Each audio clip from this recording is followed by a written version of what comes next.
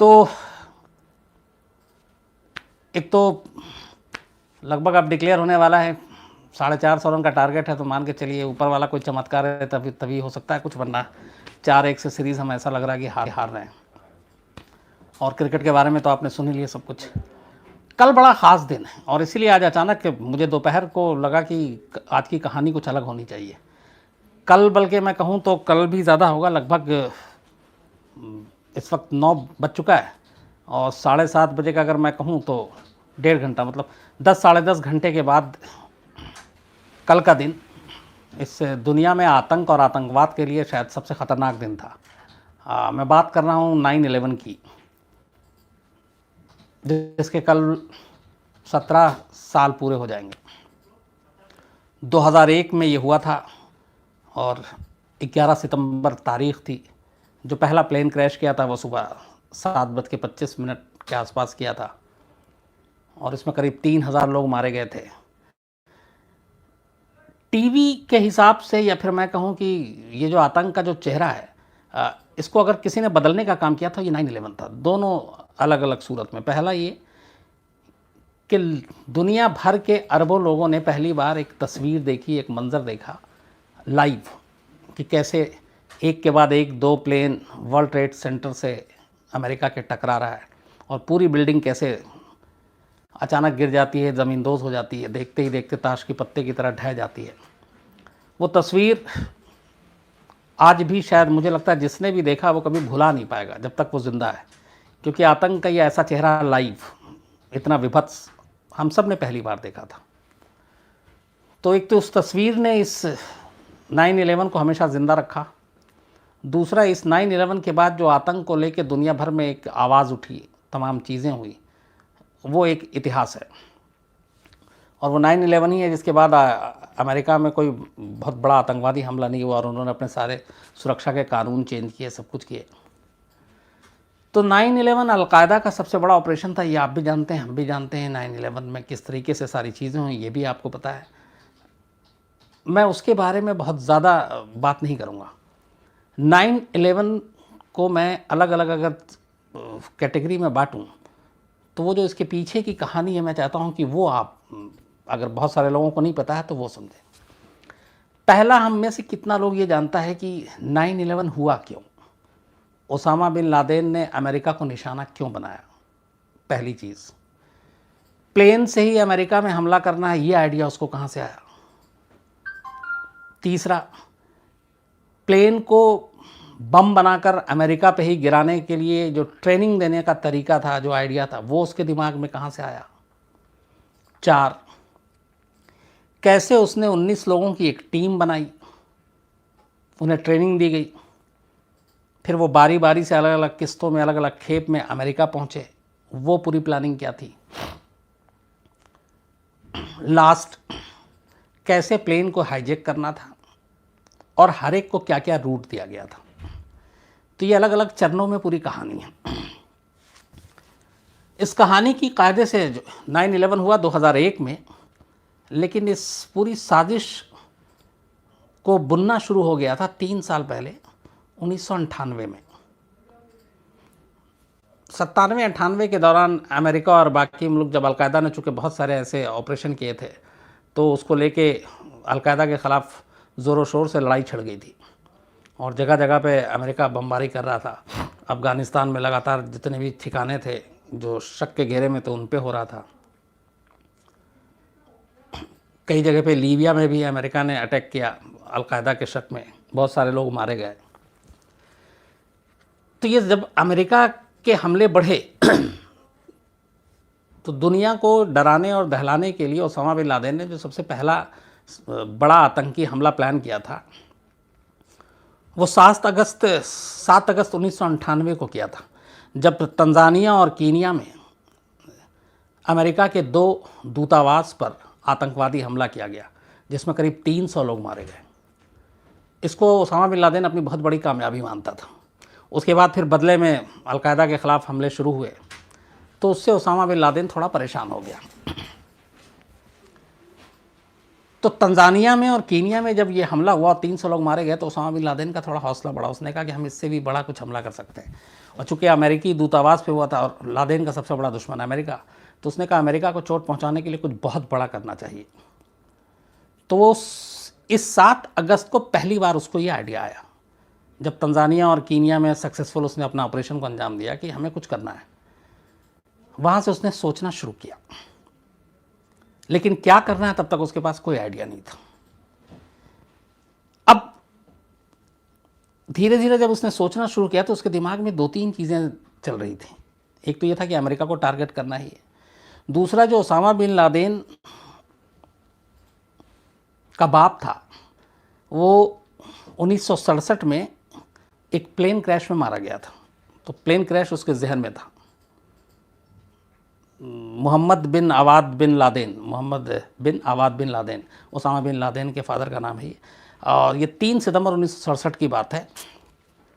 और तब Osama bin Laden 10 साल का था और एक विमान हादसे में उसके फादर की डेथ हो गई। इसके बाद इजराइल और अमेरिका ने मिलकर लेबनान पे बमबारी की थी और उसमें बहुत सारी ऊंची ऊंची बिल्डिंगें ढह गई थी। ये चीज़ें ओसामा बिन लादेन ने देखी थी कि बमबारी से कैसे बिल्डिंग ताश के पत्ते की तरह ढहती है। ये लेबनान में हुआ था। देन इसके बाद थोड़ा वक्त बीतता है और 29 मई 1988 को ओसामा बिन लादेन का जो बड़ा भाई था, इनके बहुत सारे भाई हैं, तो बड़ा भाई जो सबसे ज़्यादा था सालेम बिन लादेन, वो अमेरिका में एक प्लेन क्रैश में मारा गया। तो अब 3 चीज़ें ओसामा के सामने थी, 4 चीज़ें बल्कि। एक, कीनिया और तंजानिया में दूतावास पर अटैक, 300 लोग मारे गए, ओसामा बहुत खुश। दूसरा, उसके अपने फादर की डेथ एक प्लेन क्रैश में हुई, वो उसके दिमाग में ताज़ा। तीसरा, इजराइल और अमेरिका ने लेबनान पे हमला किया था जिसमें बहुत सारी मल्टी स्टोरीज बिल्डिंग ताश के पत्तों की तरह ढह गई, वो उसने देखा। चौथा, उसके बड़े भाई का यूएस में ही एक प्लेन क्रैश में मौत। ये 4 चीज़ें उसके दिमाग में थी और उसके बाद उसने अब सोचना था कि अमेरिका के खिलाफ करना क्या है। अफ़गानिस्तान की बात है ये, और ये 1998 की ही बात है। 7 अगस्त में अटैक हुआ था यूएस एम्बेसी पे तंजानिया और कीनिया के, और उसी के बाद सितंबर अक्टूबर के महीने में अब ये एक बड़ा प्लान कर रहा है, पर उसे समझ में नहीं आ रहा क्या कर रहा है। तो वो अफ़गानिस्तान के एक बंकर में, अफ़गानिस्तान में वो छुपा रहता था, तो वहीं के एक बंकर में था और एक दिन उससे 2 लोग मिलने के लिए आते हैं। और ये दोनों जो थे वो बहुत ही ओसामा बिन लादेन के ख़ास लोग थे। एक खालिद शेख मोहम्मद और जो दूसरा था वो मोहम्मद आतिफ़। खालिद शेख जो मोहम्मद था, ये 1996 में सूडान में जब अमेरिकी दूतावास पर हमला हुआ था, अलकायदा ने किया था, तो ये उसका मास्टरमाइंड था। ओसामा बिन लादेन ने इसी को रिक्रूट किया था और ये बहुत सारे ऐसे जो प्लानिंग करता था आतंकवादी हमले को कैसे अंजाम देना, तो पूरी टीम थी लादेन के पास। तो खालिद शेख मोहम्मद का सिर्फ काम ये था कि कैसे प्लानिंग करनी है और कैसे साजिश को अंजाम देना है, जबकि जो मोहम्मद आतिफ़ था वो आतंकवादियों को ट्रेनिंग देने का काम करता था, उनको जिहादी बनाने का, फ़िदाईन बनाने का, ह्यूमन बॉम्ब बनाने का काम करता था मोहम्मद आतिफ़, और ये दोनों बड़े ख़ास थे। तो सितंबर अक्टूबर के महीने में अफ़गानिस्तान में आतिफ़ और Sheikh Mohammed Osama bin Laden से मिलते हैं। ओसामा बिन लादेन उन्हें अपना सोच बताता है कि उसे अमेरिका पे बहुत बड़ा हमला करना है, और फिर वो कहता है कि क्या करें। और वहीं उसी मीटिंग में ये तय होता है कि अमेरिका की सरज़मीन पर अमेरिकी जहाज़ को ही बम की तरह इस्तेमाल करके और अलग अलग जगहों पे गिराएंगे, जिसमें वर्ल्ड ट्रेड सेंटर था, जिसमें पेंटागन जो उनका डिफेंस मिनिस्ट्री यूएस का है वो है। इसके अलावा एक और भी बहुत इम्पोर्टेंट था, वो था अमेरिका की राजधानी, वहाँ पे भी एक प्लेन को ले जाना था, वाशिंगटन। तो अब ये 3 लोगों के बीच में पहली बार प्लानिंग हो जाती है। अब प्लानिंग के बाद ये है कि अमेरिका में घुस के अमेरिकी प्लेन को हाईजैक करके अमेरिका पर ही गिराना, बोलना आसान है, काम मुश्किल है। तो क्या किया जाए? तो सबसे पहले जो खालिद शेख मोहम्मद था, उसको ओसामा बिन लादेन फंडिंग का काम देता है कि इस पूरे ऑपरेशन को अंजाम देने के लिए आप फंड जुटाओ, और आतिफ़ को काम देता है कि इसके लिए तुम टीम बनाओ और उनको ट्रेनिंग दो। मीटिंग ख़त्म होती है, दोनों वहाँ से चले जाते हैं। उसके बाद लगभग साल भर गुजरता है। ये 98 की मीटिंग थी, 99 की शुरुआत में ही। सबसे पहले 4 लोगों को, जो फिनाइन की टीम थी, वो सऊदी अरब से चुना जाता है, आतिफ चुनता है। और इसके अलावा 15 लोगों को पाकिस्तान से चुना जाता है। सऊदी अरब, पाकिस्तान और ये तमाम जगहों पे। तो 19 लोगों की एक टीम बनाई जाती है और इन 19 के 19 लोगों को कराची लाया जाता है पाकिस्तान में, और वहाँ इनकी ट्रेनिंग होती है। इनकी ट्रेनिंग वैसे नहीं कि मरना है, ये करना। इनकी ट्रेनिंग थी कि यूएस में जाकर कैसे कपड़े पहनने हैं, अंग्रेज़ी कैसे बोलनी है। तो इन सब की इंग्लिश की ट्रेनिंग होती है। इनको वहाँ के रहन सहन और सारे एटिकेट सिखाए जाते हैं। और ये कि आप सब पढ़े लिखे लोग, और ये इनमें से ज़्यादातर पढ़े लिखे लोग थे, तो उनको पूरी बेसिक जो ट्रेनिंग होती है वो उनकी ट्रेनिंग दी जाती है। ये ट्रेनिंग का काम 1999 से 2000 तक चलता है। 19 लोगों की पूरी ट्रेनिंग ख़त्म हो जाती है। अब ये था कि इन्हें अमेरिका पहुंचाना है, और अमेरिका पहुंचाने के बाद आगे की ट्रेनिंग होनी है।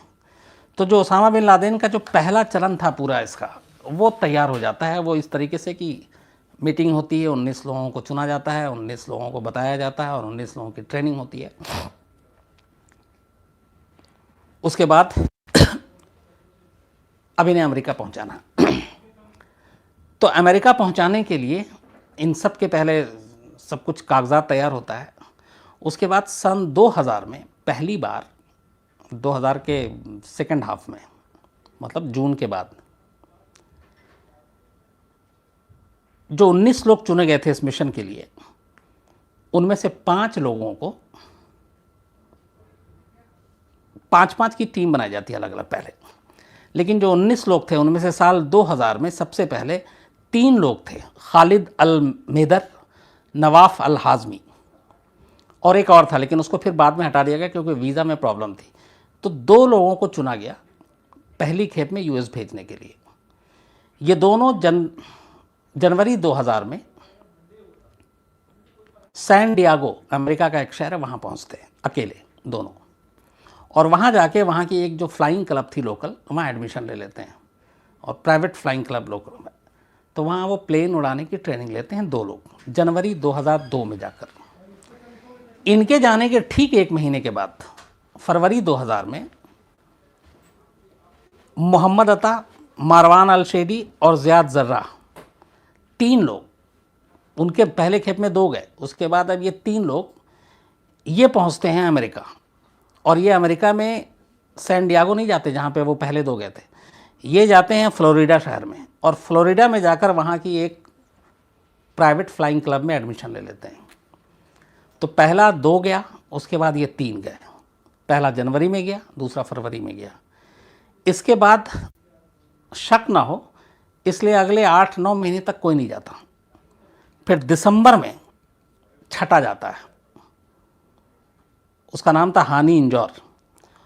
ये फिर सैन डियागो जाता है जहाँ पहले 2 पहुँचे थे, और वहाँ जाके उसी फ्लाइंग क्लब में एडमिशन ले लेता है, लेकिन ये अनजान रहता है कि वो उन दोनों को नहीं जानता। तो जो 19 लोग थे उनमें से सिर्फ 6 लोगों को जनवरी से लेकर दिसंबर 2000 तक यूएस के 2 अलग अलग शहरों में भेजा जाता है। वहाँ इनको फ्लाइंग क्लब में एडमिशन मिलता है, वहाँ वो प्लेन उड़ाना सीखने लगते हैं। अब इनकी ट्रेनिंग चल रही है, जनवरी से दिसंबर तक एक है, उसके बाद साल 2001 आता है।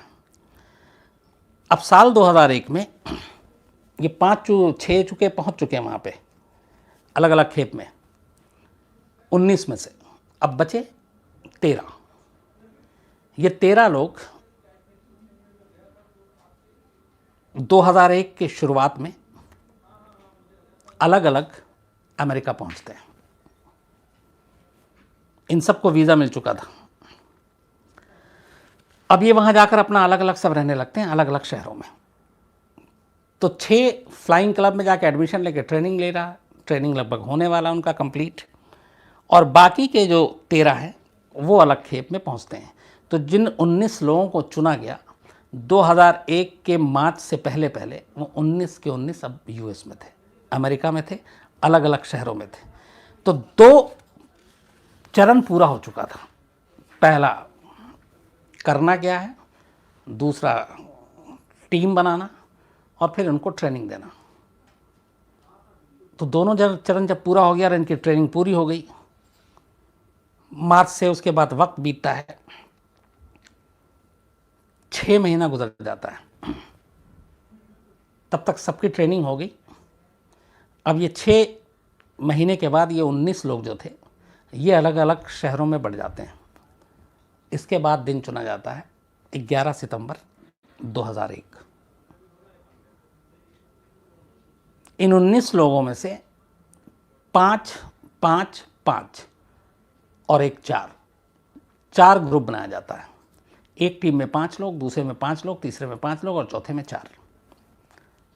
और इनको टारगेट दिया जाता है इन 4 ग्रुप को कि तुम अलग अलग 4 प्लेन को हाईजैक करोगे। तो जो पहला 5 था ग्रुप, वो 11 सितंबर सन 2001 सुबह 7:15 पहला प्लेन जो वहाँ से उड़ा था 7:15, ये जा रहा था बोस्टन के लोगान एयरपोर्ट से लॉस एंजलिस के लिए। डोमेस्टिक, सारे प्लेन डोमेस्टिक थे।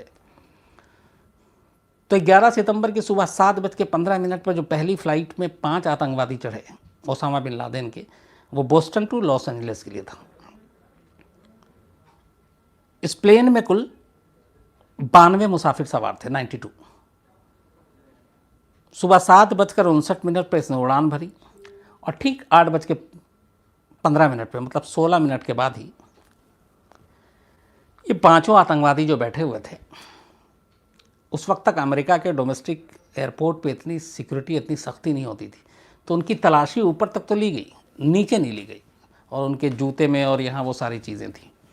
तो ये 5 आतंकवादी अचानक खड़े होते हैं और प्लेन को हाईजैक कर लेते हैं। पायलट और को पायलट को साइड करते हैं और एक इनमें से पायलट की अपनी और दूसरा को पायलट की भूमिका में आ जाता है और सीट पे बैठ जाता है। उस वक्त तक केबिन जो पायलट का होता था वो ओपन हुआ करता था। अब यह है कि जब प्लेन टेक ऑफ करता है तो वो बंद होता है। वो जब तक एक कोड होता है, वो कोड सिर्फ जो एयर होस्टेस की जो कैप्टन होती है उसे पता होता है या पायलट और को पायलट को होता है। तो उस वक्त ऐसा नहीं था। तो 5 ये चढ़ते हैं और उसके बाद पायलट और को पायलट पे कब्जा करते हैं और बाकी लोग गन के उस पर जो 92 पैसेंजर थे उनको कंट्रोल में करते हैं और ये प्लेन हाईजैक हो गया। ये 7:15 पे हुआ। 15 मिनट गुजरता है, 5 आतंकवादियों को जो दूसरी टीम थी, ठीक 7:30 पर ये भी बोस्टन से उड़ान भरता है। और इसके बाद इस प्लेन में 65 मुसाफिर सवार थे। ये यूनाइटेड एयरलाइंस की फ़्लाइट थी। उसके बाद ये जैसे ही प्लेन टेक ऑफ करता है, थोड़ी देर के बाद फिर ये 5 उठते हैं, उसी तरीके से हथियार के बलबूते पर पैसेंजर को कंट्रोल करते हैं। 2 जाकर पायलट और को पायलट को कंट्रोल करता है और प्लेन का कमान अब इनके हाथ में था। तो 7:15 पे पहला और 7:30 पे दूसरा, 2 प्लेन अब तक हाईजैक हो चुके थे। अब ठीक 10 मिनट के बाद 7:40 का वक्त होता है। यूएस के एक शहर जो है वो ड्यूलस इंटरनेशनल एयरपोर्ट पर, यहाँ पे फिर 5 आतंकवादी चढ़ते हैं। इस बार भी अमेरिकन एयरलाइंस का फ्लाइट था और ये ड्यूलस एयरपोर्ट पर वर्जीनिया के रास्ते लॉस एंजलिस ये फ्लाइट जारी थी, डोमेस्टिक। इसमें ये 5 पहुँचते हैं और इस प्लेन में 64 मुसाफिर थे, 64। सेम वही तरीका, हथियारों के बल पे पहले पैसेंजर को इधर कंट्रोल में और 2 लोग जाकर पायलट और को पायलट को कंट्रोल में करते हैं। तो 7:15, 7:30, 7:40, मतलब 25 मिनट में अमेरिका के आसमान में उड़ रहा 3 प्लेन अब आतंकवादियों के कब्जे में था।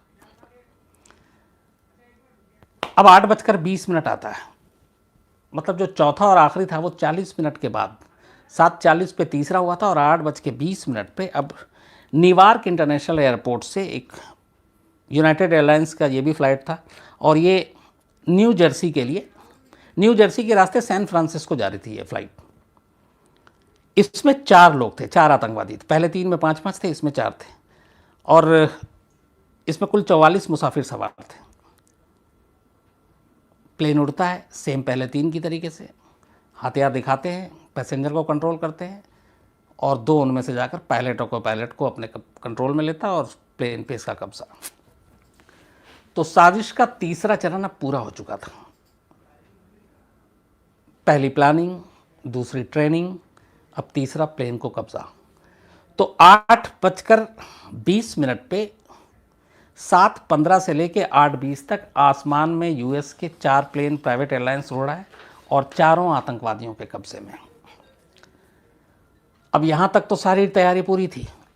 अब ये जो 19 लोग थे, 5, 5, 5 और एक में 4, इन सबको बता दिया गया था पहले से, और इसीलिए इन्होंने उन प्लेन को हाईजैक किया था जिनका जो इनकी मंजिल थी, जो डायरेक्शन था।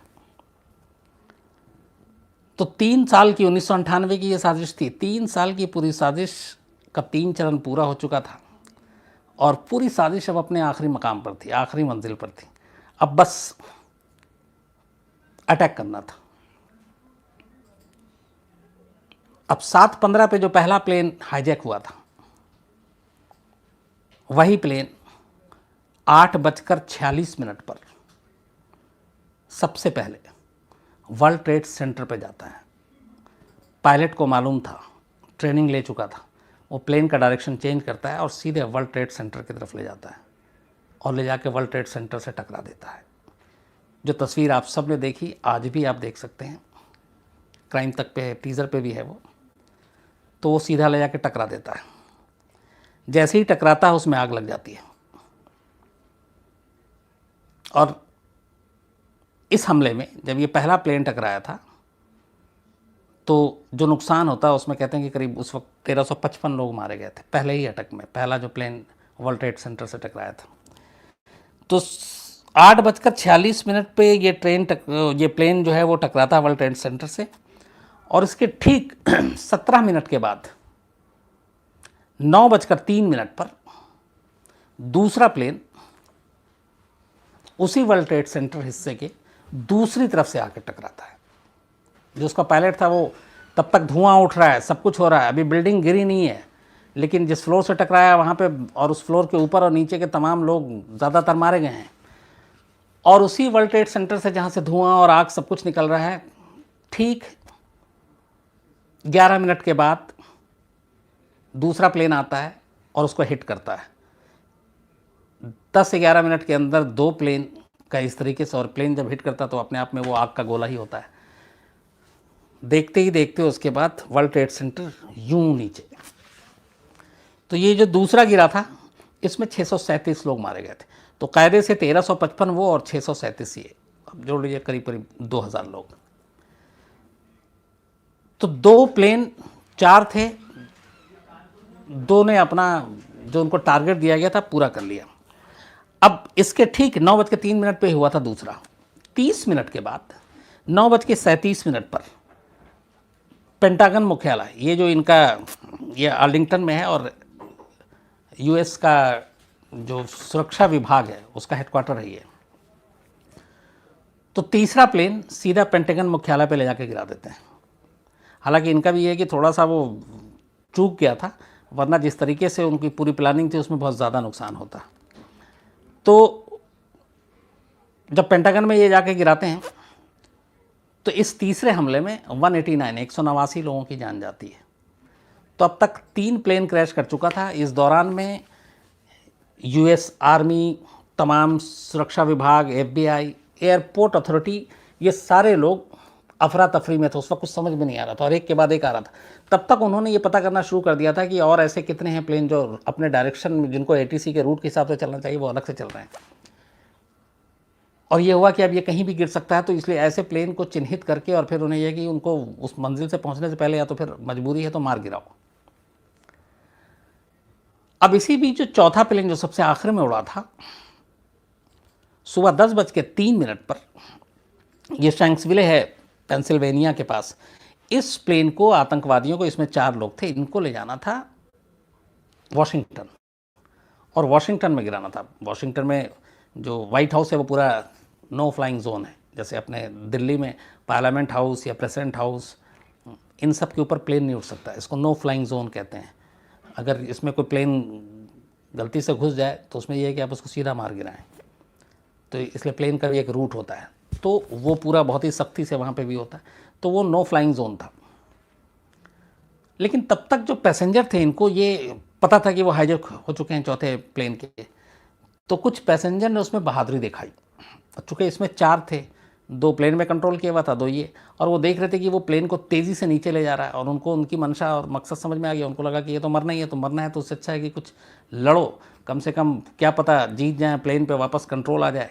तो इस चक्कर में कुछ पैसेंजर उतरे और उन्होंने हाथापाई शुरू कर दी और उन पर कंट्रोल करने की कोशिश की, और इसी वजह से ये प्लेन अपनी तय मंजिल पर, 3 ने तो अपना टारगेट को पूरा कर लिया था, लेकिन इसको जहाँ जाना था वो इस लड़ाई झगड़े की वजह से जो पायलट है उसने अपना कंट्रोल खो दिया, और ये प्लेन जो है ये वाशिंगटन से बहुत पहले शैंक्सविले के पास एक जगह है वहाँ पे, पेनिnsylvania शैंक्सविले, तो वहाँ पे क्रैश कर गया। और ये अगर अपनी मंजिल पे नहीं पहुँच पाया तो उसकी वजह सिर्फ़ और सिर्फ उसके अंदर जो बैठे वो 44 पैसेंजर थे, मुसाफिर थे, जिन्होंने लड़ाई लड़ी और जिन्होंने उस पे कंट्रोल किया, और उन 44 के 44 लोगों की मौत हो गई। तो ये चौथा प्लेन जो है ये सिर्फ अपने टारगेट को, जो ओसामा बिन लादेन की पूरी प्लानिंग थी उसमें नाकाम रही, और ये पहले ही गिर के क्रैश कर गया था। और इस तरीके से ये दुनिया का सबसे बड़ा आतंकवादी हमला हुआ। और इस पूरे हमले में बाद में जब लाशों की गिनती हुई तो 2977 लोगों की इसमें मौत हुई। लेकिन इस मौत के आंकड़े से कहीं ज़्यादा भयानक और खौफनाक ये जो हमला जिस तरीके से किया गया वो था, जिसे शायद दुनिया कभी नहीं भूल पाएगा। शायद वर्ल्ड ट्रेड सेंटर में उन 2 प्लेनों का टकराने की जो तस्वीरें हैं, जो लाइव तस्वीरें हैं, वो हम आप कभी नहीं भूल पाएंगे। आतंक की ऐसी सोच ये अपने आप में सबसे ख़तरनाक और खौफनाक थी। प्लेन को बम बनाकर यूज़ किया जा सकता है, ये अपने आप में सबसे ख़तरनाक थी। इसके बाद फिर इसके ऊपर बहुत सारी इंक्वायरी हुई, कमेटी बैठी, कमीशन बैठा यूएस में, और फिर उनकी जो एयर सिस्टम है उसमें बहुत सारी मजबूती लाई गई। फिर नया कानून बना कि वो आतंकवादियों से बात नहीं करेंगे, और इस तरह का अगर कोई प्लेन हाईजैक हो जाता है और उन्हें यकीन हो जाता है कि ये हाईजैक हो गया और ये कहीं किसी जगह को निशाना बनाएगा, तो ये भी है कि चाहे उसमें कितने भी मुसाफिर हों, अपने ही कंट्री के हों, उस प्लेन को मार गिराएंगे। उसके बाद ये सारे कानून बने। तो लगभग 10 साढ़े 10 घंटे के बाद कल सुबह इस चीज़ को 2011 को 17 साल हो जाएंगे, लेकिन ये ऐसा लगता है तस्वीर देखने के बाद ये कल की बात है। तो इसीलिए मुझे लगा कि ये चूँकि कैसे क्या हुआ ये तो आपने सब देखा, टीवी पे देखा, आपने पढ़ा, लेकिन इसकी साजिश कैसे हुई, इसकी आइडिया कहाँ से आया, ये चीज़ें जो थी ये सारी मुझे लगा कि ये मैं आपसे शेयर करूं और इसको बताऊं। तो 9/11 की कायदे से पूरी कहानी है। उसके बाद खैर इसी 9/11 की वजह से ओसामा बिन लादेन को एबटाबाद में घुस के मारा यूएस सील कमांडो ने। वो ऑपरेशन भी अपने आप में बहुत ही मतलब लाजवाब ऑपरेशन था। और कमाल देखिए कि जिस अमेरिका को लादेन ने जहाज़ को बम बनाकर ठर्राया, दहलाया, अमेरिका ने उसी लादेन को, सील कमांडो रात के अंधेरे में 2 स्पेशल चॉपर जाता है, हेलीकॉप्टर, और वो वहाँ उतरता है, उसके घर में ओसामा बिन लादेन को मारता है, उसकी बॉडी उठाता है और वो चॉपर को वापस लेके आते हैं। हालांकि उसमें से एक चॉपर क्रैश हो गया था, लेकिन इधर आसमान से उसने मौत बांटा और उधर आसमान से खुद ओसामा बिन लादेन के लिए भी मौत आई थी। तो ये भी एक सबक है। तो ये थी कहानी 9/11 की। इससे जुड़े हुए कोई भी अब आपके सवाल होंगे तो मैं ज़रूर ले लूँगा। और मुझे लगा कि आप को शायद मैंने जो कहानी बताई उसमें बहुत कुछ आपको शायद कुछ नया सुनने को मिला, और नहीं मिला हो तो बताइएगा मुझे। सर एक परमजीत मनहास हैं, तो बेसिकली टीचर हैं। अच्छा, परमजीत मनहास, लेकिन परमजीत मनहास साहब नमस्कार जी। लेकिन सर वो आपकी जो डेली स्टोरीज होती हैं वो सुनते हैं और अपने स्टूडेंट्स को फ्री टाइम में बताते हैं ताकि उनको कुछ सीखने का मौका मिले और लास्ट में उनको मॉरल भी बताते हैं। परमजीत मनहास जी, बहुत बहुत शुक्रिया है कि आप कहानी सुनते हैं और अपने बच्चों, जो स्कूल में आप हैं बच्चे, उनको भी सुनाते हैं और उनका मोरल या सार बताते हैं।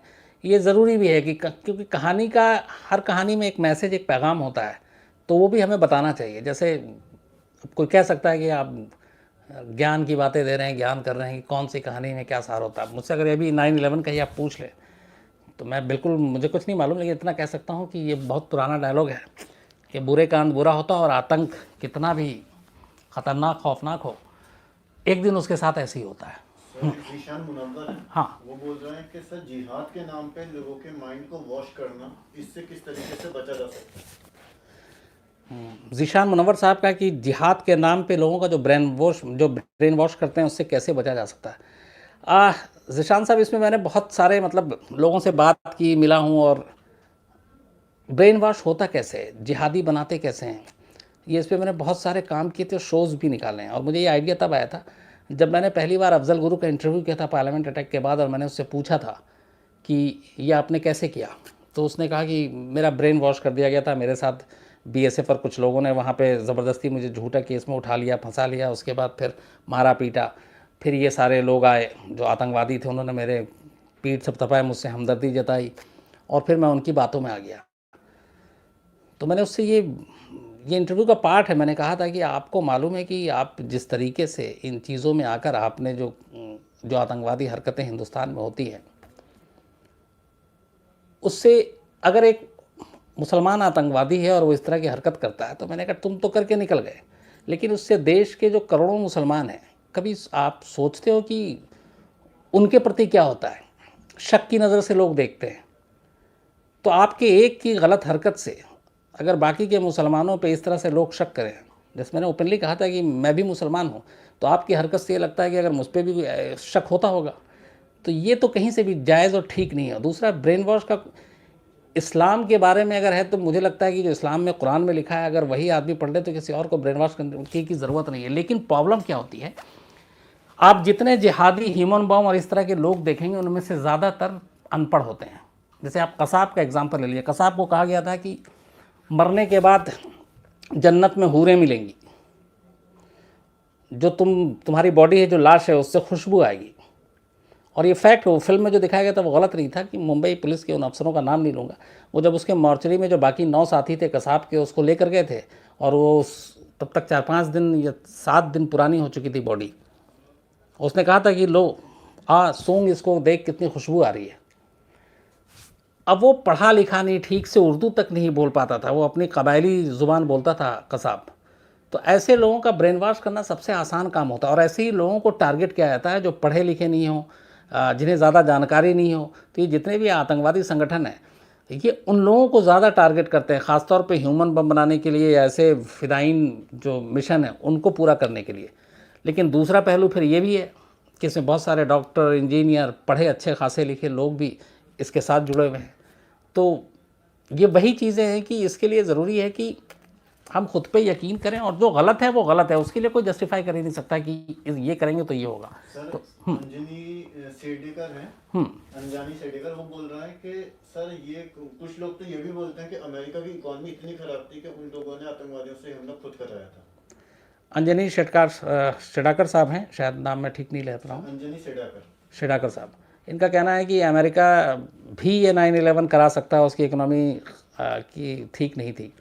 अंजनी साहब, मुझे लगता है कि जितनी इंक्वायरी रिपोर्ट और बाकी सारी चीज़ें आई हैं, और जो इस तरह की सारी चीज़ें हैं, मुझे नहीं लगता कि ऐसा हुआ है। और इस पे चूँकि खुद ओसामा बिन लादेन ने भी क्लेम भी किया है। हाँ, वो मिल के करे तो इस बारे में तो जाहिर सी बात है कि मैं नहीं कह सकता हूँ। तो हाँ, एक सवाल है सर कि क्या जितने भी आतंकवादी हमला पाकिस्तान अमेरिका ने जो हुआ था अमेरिका में, हाँ सर, लेकिन इसको बनाने वाले, इसको पैदा करने वाले इन टेररिस्टों को फंडिंग के लिए तो अमेरिका ने ही करा था। इस बात में कितनी सच्चाई है? क्योंकि इन लोगों ने आतंकवादियों को जो अलकायदा बनाया था, ये अमेरिका ने ही बनवाया था। एक सवाल है कि जितने भी टेररिस्ट ग्रुप हैं इन सब को कहीं ना कहीं, सही, रोहित कुमार का सवाल, रोहित कुमार साहब आपका सवाल है कि ये जो सारे टेररिस्ट ग्रुप हैं, चाहे वो लादेन के बारे में बात कर रहे हैं, कि इन सबको खड़ा किया या पाला पोसा अमेरिका नहीं। ये बात बहुत हद तक सही है। ये सिर्फ मैं ओसामा बिन लादेन नहीं, बल्कि अबू बकर अल बगदादी जो ISIS का चीफ है या था, उसके बारे में भी। जब अफ़गानिस्तान में रशिया और अफ़गान के बीच सारी लड़ाई चल रही थी, तब US ने ओसामा बिन लादेन का सपोर्ट किया। ओसामा बिन लादेन और उसके लड़ाके को हथियार भी दिए, फंड भी दिए, पैसे भी दिए। सेम जब सीरिया में विद्रोहियों का आतंक चल रहा था असद सरकार के ख़िलाफ़, तो वहाँ पे लड़ने के लिए और इराक़ में सद्दाम हुसैन और उनके लोगों से निपटने के लिए बगदादी को खड़ा किया गया। बगदादी को ट्रेनिंग दी गई हथियारों की, कहते हैं बगदादी ने इजराइल में भी ट्रेनिंग ली और सारे पैसे और फंड दिए गए। तो ये है कि अपनी ज़रूरत के हिसाब से अमेरिका हर बार यूज़ करता है लोगों को, और उसके बाद जब उसकी ज़रूरत पूरी हो जाती है तो फिर वो उनका सफाया कर देता है।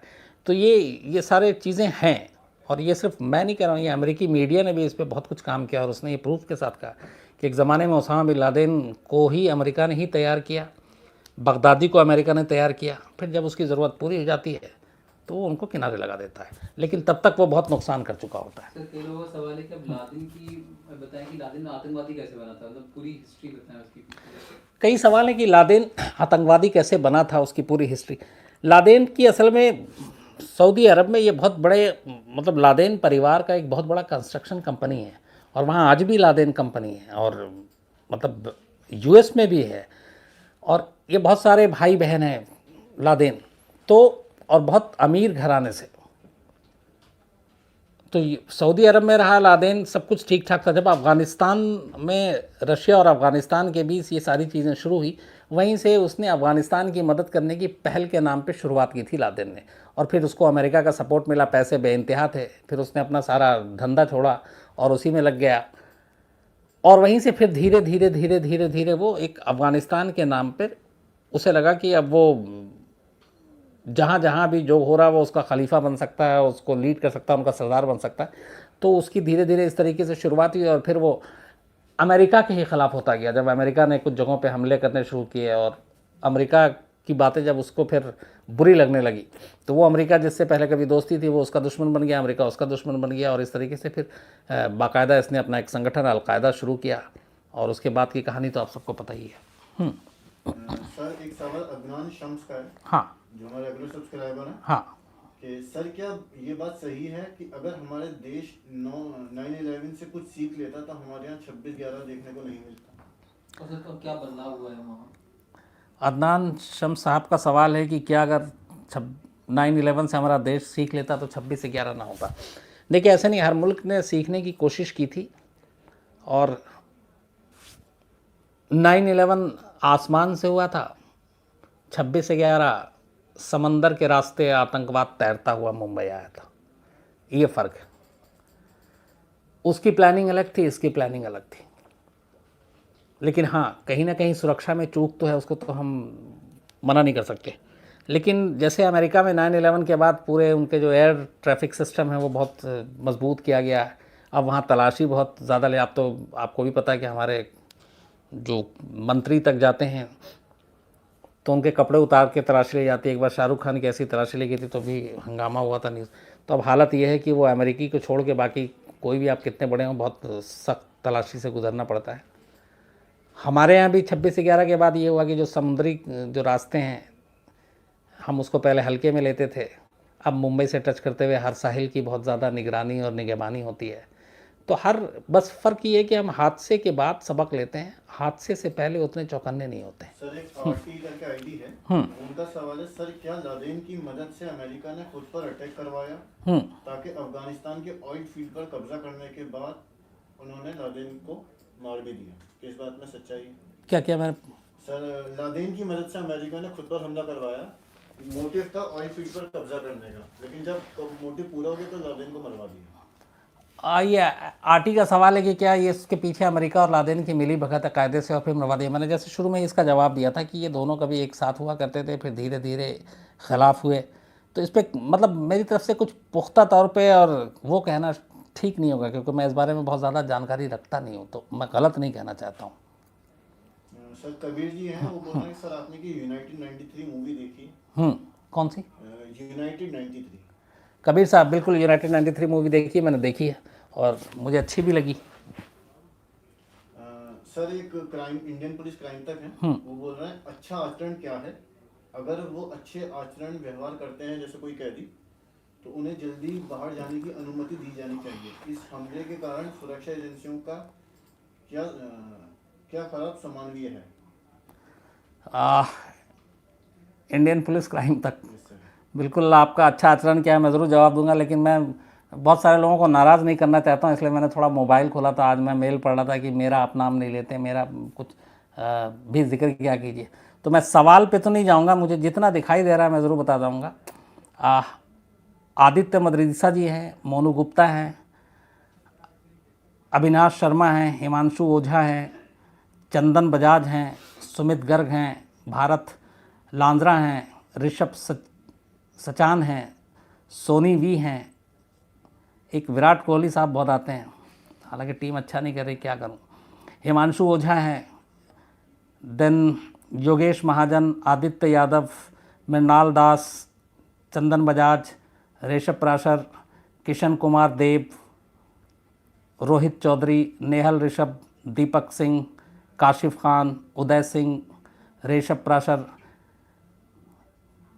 ललित कुमार, श्यामा प्रसाद एस, डॉक्टर ईशान भारद्वाज, नमस्कार आपको और आपकी पूरी टीम को। आपका सवाल भी है इसमें,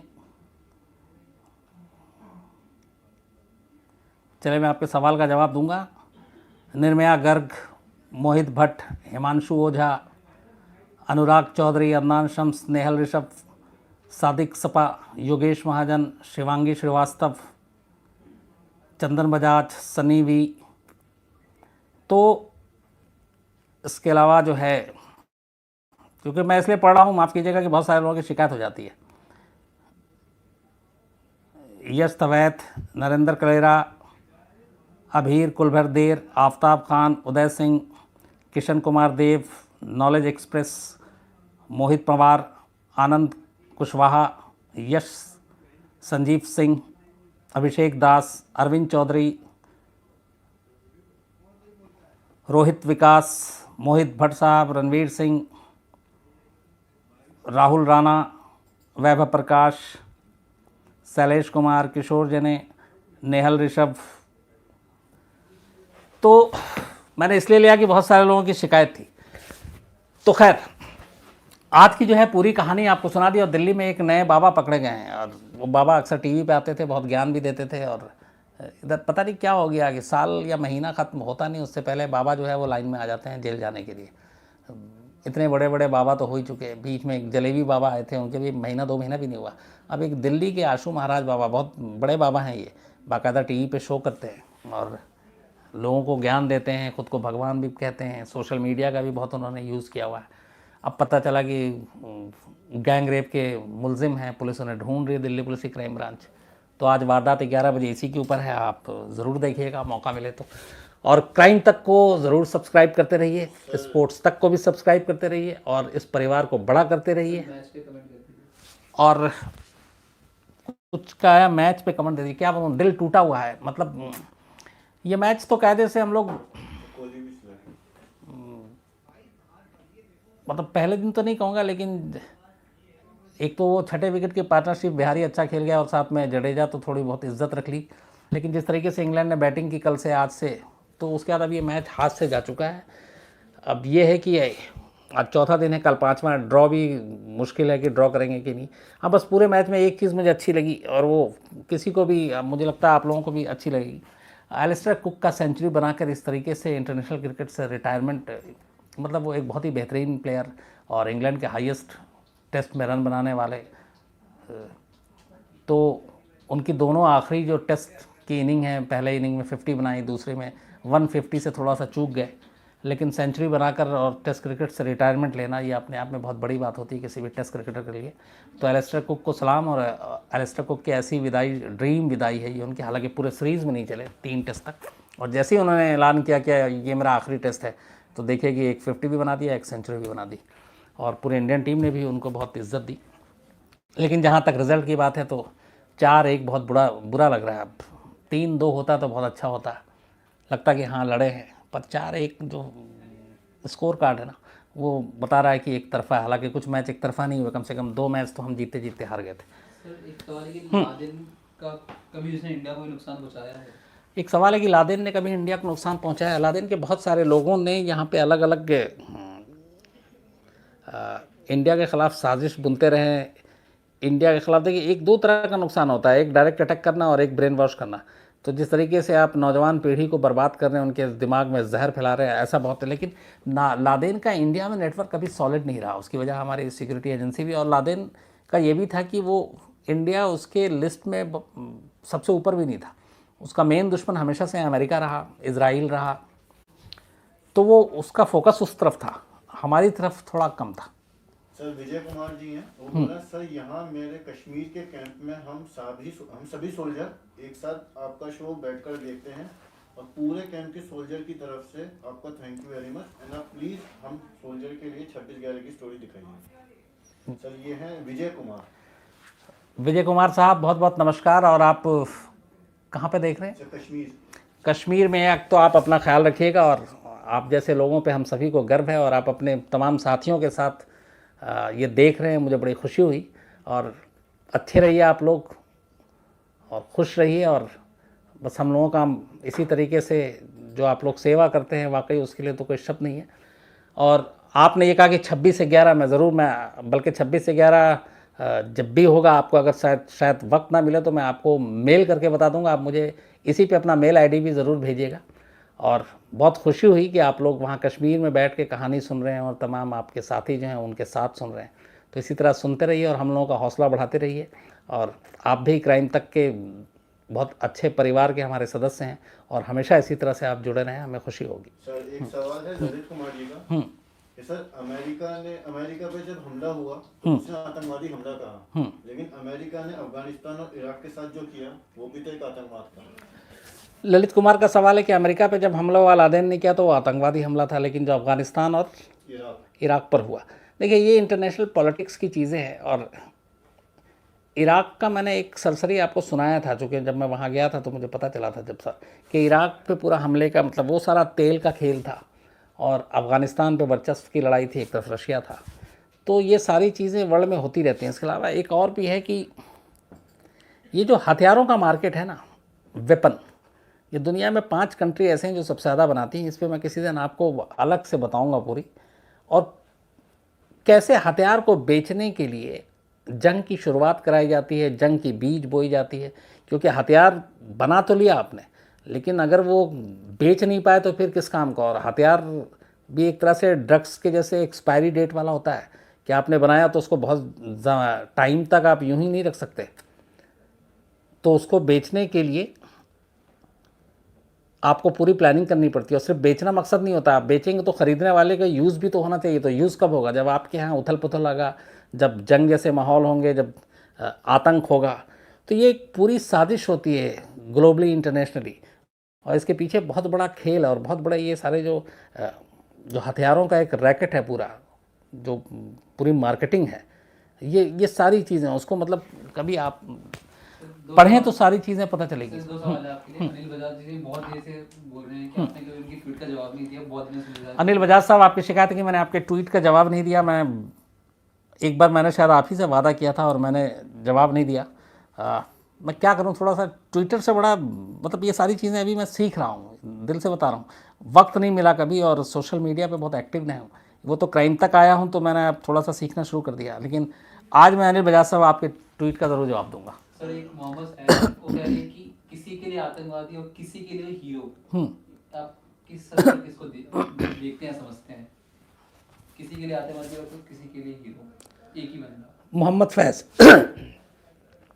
फैज़ साहब का कहना है कि आप किसी को आतंकवादी या किसी को हीरो कैसे देखते हैं। मतलब ये कई बार होता है कि हमारी नज़र में वो आतंकवादी, उसकी नज़र में हीरो है। ये थोड़ा सा पॉलिटिक्स का मामला हो जाता है। और इसमें जैसे अगर मैं 1947 पे आऊँ तो जो हमारे क्रांतिकारी थे, जो लड़ाई करते थे, तो हमारे लिए क्रांतिकारी थे, पर अंग्रेज़ों की नज़र में वो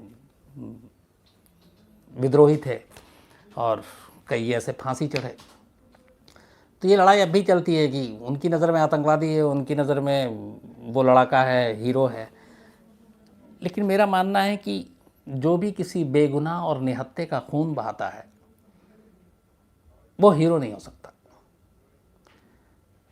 लड़ाई है तो आपकी सीधे जिससे लड़ाई है आप उससे आर पार की लड़ाई लड़ें। आम बेकसूर बेगुनाह लोग बाज़ार में जा रहे हैं, मॉल में घूम रहे हैं, बसों में जा रहे हैं, ट्रेनों में सफ़र कर रहे हैं, आप बमों से हमला करते हैं, उड़ा देते हैं, उनका क्या कसूर है?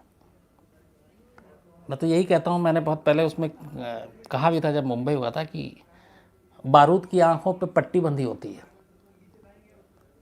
और इसीलिए वो नहीं देख पाती कि कहाँ फट रहा है, कैसे फटना है, कौन लोग हैं जो उसकी जद में आ रहे हैं, जो चपेट में आ रहे हैं। अगर उसे पता होता तो शायद वो फटता ही नहीं। तो उसी तरीके से ये जो दुश्मन हैं समाज के, आतंक के, उनकी भी पट्टी बंधी हुई है, उन्हें पता ही नहीं है। अरे जो दुश्मन है आप उससे लड़ो, आम बेकसूर बेगुनाह लोगों से लड़ने का क्या मतलब होता है। सर एक निमिष वर्मा है, वो बोल रहे हैं कि सर मैं न्यूयॉर्क में हूँ और मैं अमेरिका में एक सॉफ्टवेयर इंजीनियर हूँ। यहाँ पर जब 9/11 हुआ उस टाइम पे एक पर्टिकुलर रिलीजन को लेके लोगों के अंदर नफरत पैदा हो गई थी। लेकिन एक चीज़ मुझे समझ में नहीं है कि जिहाद जो होता है उसका असली मतलब क्या है। निमिष वर्मा जी ये यूएस से बोल रहे हैं, बहुत बहुत आपका शुक्रिया और वेलकम निमिष साहब क्राइम तक में। इनका सवाल ये है कि 9/11 जब हुआ था तो यूएस में एक ख़ास पर्टिकुलर रिलीजन के लोगों को लेकर बहुत सारा शक, गुस्सा था। ये होता है रिएक्शन। उन्हें मालूम था कि इसके पीछे ओसामा बिन लादेन है, गैंग, तो जितने भी मुस्लिम हैं वो उनके निशाने पर आएंगे, उनको शक की नज़र से देखेंगे। ये मैंने शुरू में भी कहा था और ये कभी भी हो जाता है। जैसे आप 84 का दिल्ली में जब इंदिरा गांधी का कत्ल हुआ था तो इसी दिल्ली में दंगे हुए, कई 100 सिख मारे गए। यही गलत होता है कि आप किसी एक की गलती की सज़ा आप उसकी पूरी कौम को देते हैं, तो वो गलत, जबकि वो शामिल नहीं है। लेकिन ये है, ये रिएक्शन होता है। दूसरा इनका सवाल है कि जिहाद असल में होता क्या। ये बहुत एक गलत हो जाता है कि जिहाद का मतलब मरना और मारना होता है, ये है ही नहीं। जिहाद का मतलब होता है बुराई से लड़ना, जिहाद का मतलब होता है अच्छे काम करना बुरे के ख़िलाफ़। पर हो सकता है मुझसे बहुत ज़्यादा काबिल पढ़े लिखे लोग हैं इस्लाम में, मुसलमानों में, लेकिन मेरी अपनी जो समझ है, जो अब तक मैं पढ़ता आया हूँ या मुझे जो बताया गया है, उसमें यही है कि जिहाद किसी की जान लेने को नहीं कह सकते, ख़ासतौर पर किसी बेकसूर बेगुनाह की जान लेने को तो कह ही नहीं सकते। सर ऐश्वर्या बाजपेयी जी हैं, वो बोलते हैं कि सर मंडे टू सैटरडे तो हमारा टाइम कट जाता है, लेकिन संडे के लिए आप अपनी कोई स्टोरी डाल के जाएगा। ऐश्वर्या साहब हैं जो कह रहे हैं कि सैटरडे तक तो कट जाता है, संडे को, चलिए आपका ये सुझाव कि संडे को मैं स्टोरी डाल के जाऊं, ये पॉसिबल है। मैं अगर फ्राइडे सैटरडे रिकॉर्ड करके उसको मैं शेड्यूल कर दूं तो हो सकता है। मैं पूरी कोशिश करूंगा कि इसका कुछ हल निकले। और अब 10 बज चुके हैं और आपसे काफ़ी आज बात हुई। जिन लोगों का नाम नहीं ले पाया मैं ज़रूर फिर कल लूँगा। तो कल आपसे मुलाकात होगी, कल आपसे बात होगी। और तब तक आप लोग अपना ख्याल रखें, अच्छे रहें और इसी तरह क्राइम तक को देखते रहें, हौसला बढ़ाते रहें। हाँ, एक फिर चलते चलते कोई कह रहे हैं कि एक लास्ट सवाल बताओ। सर अपनी बेटी का नाम बता दीजिए। मीनाक्षी मेहता पूछ रही हैं। अच्छा, मीनाक्षी मेहता जी नमस्कार। ये पूछ रही हैं कि मेरी बेटी का नाम क्या। मेरी बेटी का 2 नाम है। जो हम लोग घर में बुलाते हैं वो चीनी है और वैसे उसका नाम शम्सवी है। शम्स मेरा नाम है और मेरी बीवी का नाम सावी है, तो दोनों का मिलाकर शम्सवी। ये दुनिया में इकलौता नाम है और कहीं मिलेगा नहीं। और वैसे उसको हम लोग चीनी बुलाते हैं। तो कल मुलाकात होगी। थैंक यू, आप लोग इतना प्यार देते हैं, इतने प्यार से पूछते हैं। और कल रात 9 बजे क्राइम तक मैं फिर से हाजिर होऊंगा एक नई कहानी के साथ। तब तक आप लोग ख्याल रखिए। Thank you very much.